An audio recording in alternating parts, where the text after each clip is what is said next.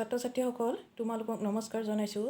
আজি তোমালোকলৈ আগবঢ়াইছোঁ ভাৰতীয় কুঁহিপাতত থকা জীৱাণু আৰু অনুবীক্ষণ নামৰ পাঠটি। এই পাঠটিত এজন গীৰ্জাঘৰৰ ৰখীয়াৰ হাতত কিদৰে অনুবীক্ষণ যন্ত্ৰৰ আৱিষ্কাৰ হৈছিল তাৰ বিৱৰণ দাঙি ধৰা হৈছে। এতিয়া আমি শব্দ অৰ্থকেইটা চাওঁ আহাচোন। ইয়াত দিয়া আছে লালুকি, নেজ নখৰা ভেকুলী পোৱালি, জীৱাণু, নিচেই ক্ষুদ্ৰ আকৃতিৰ জীৱ, ইহঁতক সুদা চকুৰে মনিব নোৱাৰি। মেলেৰিয়া, মহে কামুৰিলে হোৱা এবিধ জ্বৰ। আতচি কাঁচ, ক্ষুদ্ৰ বস্তুক ডাঙৰ দেখা এবিধ কাঁচ। এতিয়া অনুশীলনীত কি প্ৰশ্ন আছে আমি চাই লওঁ। ১ নম্বৰ, তলৰ তালিকাৰ বাওঁফালৰ কথাখিনিৰ বিপৰীতে সোঁফালৰ কথাখিনি মিলোৱা। এতিয়া আমি বাওঁফালৰ কথাখিনিৰ লগত সোঁফালৰ কোনটো শাৰী মিলে আস্তানি মিলাই দিম। প্ৰথমতে আছে লিউয়েনহুকে মিলিব কোনটো অনুবীক্ষণ যন্ত্ৰৰ আৱিষ্কাৰ কৰিছিল।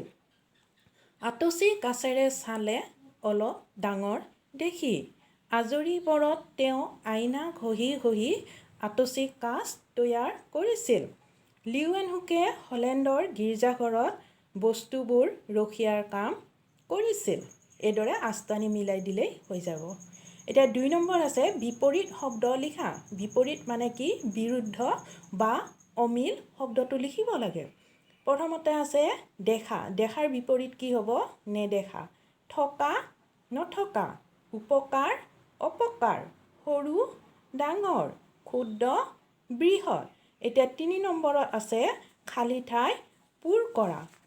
তোমালোকক মই লিখি দিছোঁ। খালী ঠাই পূৰ কৰা। ক, বসন্তৰ বীজাণুৱে বতাহত উৰি ফুৰি ৰোগ বিয়পায়। ইয়াত বতাহত তলত আস্তানি দিব লাগিব।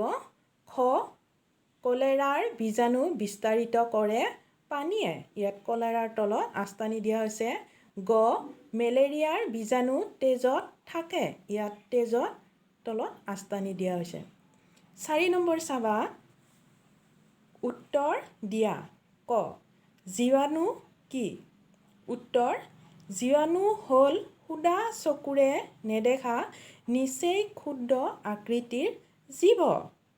খ, অনুবীক্ষণ যন্ত্ৰ কোনে আৱিষ্কাৰ কৰিছিল?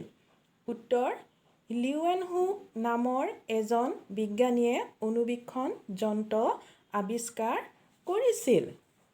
গ, লিউয়েনহুক কোন?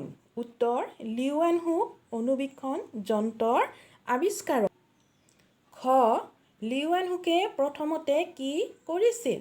উত্তৰ, লিউয়েনহুকে প্ৰথমতে এটা গীৰ্জাঘৰত ৰখীয়াৰ কাম কৰিছিল। এতিয়া তলত আছে জানি থওঁ আহা। হলেণ্ডৰ নতুন নাম নেদাৰলেণ্ড। ইয়াৰ পৰা প্ৰশ্ন হ'ব পাৰে হলেণ্ডৰ নতুন নাম কি? উত্তৰ, হলেণ্ডৰ নতুন নাম নেদাৰলেণ্ড। ছাত্ৰ-ছাত্ৰীসকল, পাঠটি তোমালোকে ভালদৰে পঢ়ি চাবা আৰু উত্তৰসমূহ লিখিবা। আজিলৈ ক্লাছ ইমানতে সামৰিছোঁ।